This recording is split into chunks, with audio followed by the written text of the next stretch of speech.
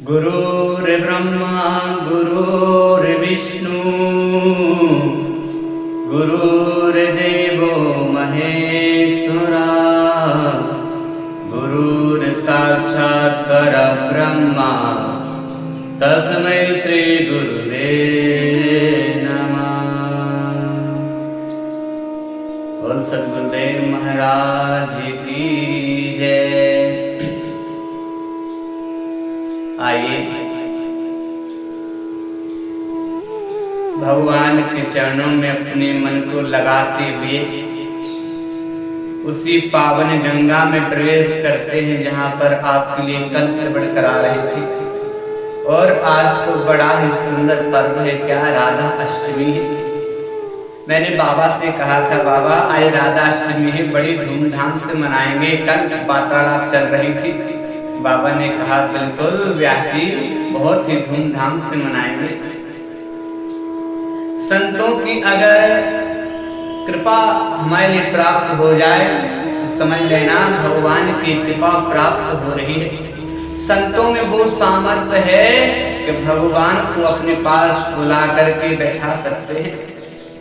अगर आपने सच्चे संत का हाथ पकड़ लिया, अगर आपने सच्चे संत के चरण रूपी नौका को पकड़ लिया तो आप इस भवसागर से पार हो जाओगे। राधे राधे।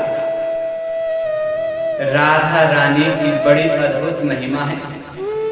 इन्हीं राधा रानी की कृपा से सुखदेव महाराज का जन्म हुआ था। सुखदेव महाराज के द्वारा जो राजा परीक्षित ने भागवत कथा श्रवण की ना, वो राधा रानी की कृपा थी।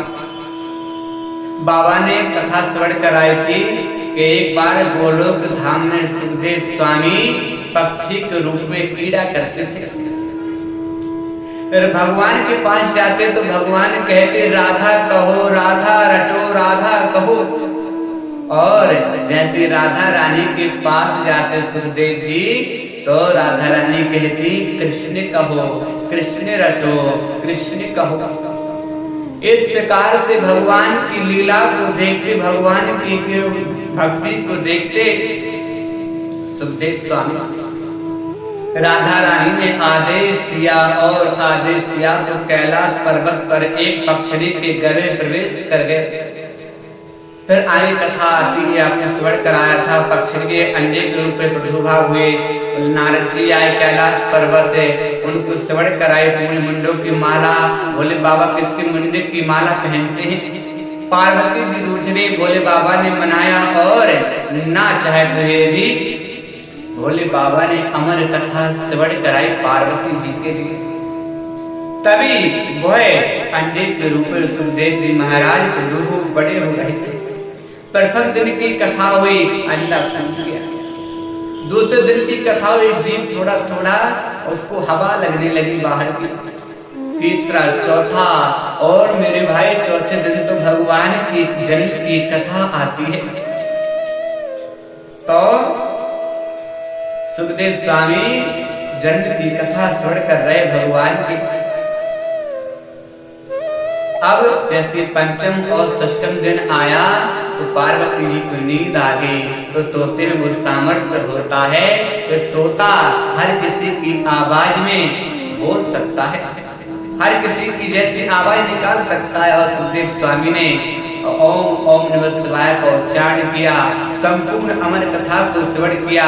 भोले बाबा मारने के लिए दौड़े, लेकिन सुखदेव स्वामी नहीं मिले। वो बद्रीनाथ धाम में श्री वेदव्यास जी की पत्नी बिटका देवी के घर प्रवेश कर गए। सुखदेव स्वामी की जय।